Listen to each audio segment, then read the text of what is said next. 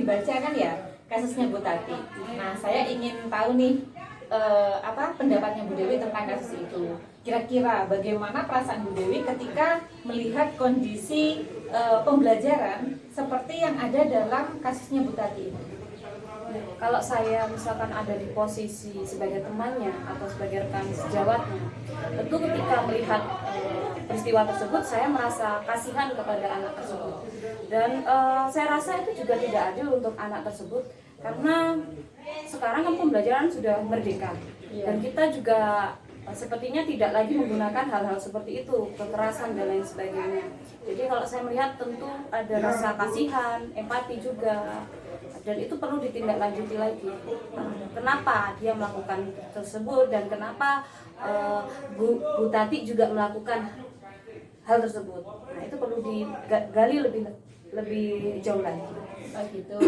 Kemudian seandainya nih Bu Dewi menjadi rekan kerjanya Bu Tati, apa yang akan Bu Dewi lakukan? Kalau saya misalkan jadi rekan kerjanya, yang pertama kali saya lakukan nanti saya akan menghubungi beliau.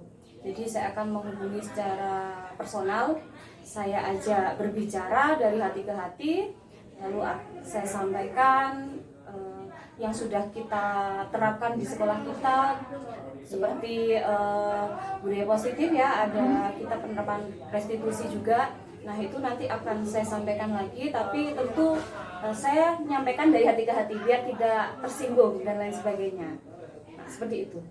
Nah, ketika misalnya nanti Bu Tati setelah diajak ngobrol dari hati ke hati masih belum terketuk hatinya, apa yang akan Bu Dewi lakukan?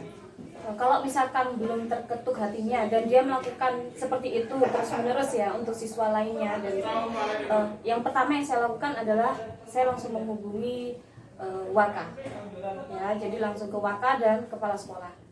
Karena kalau sudah seperti itu kan dampaknya nanti ke siswa. Iya, betul. Jadi langsung ke kepala sekolah biar nanti ada keputusan apa yang akan diambil oleh kepala sekolah.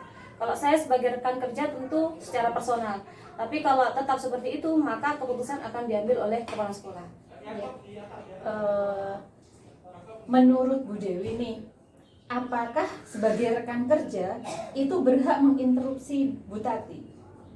Bisa, tapi kalau misalkan dia dalam pembelajaran, masih dalam konteksnya dia di situ sebagai pembelajaran, kita masuk, nah itu kayaknya nggak etis juga. Iya. Ya, secara etika kita nggak pantas ke betul. situ.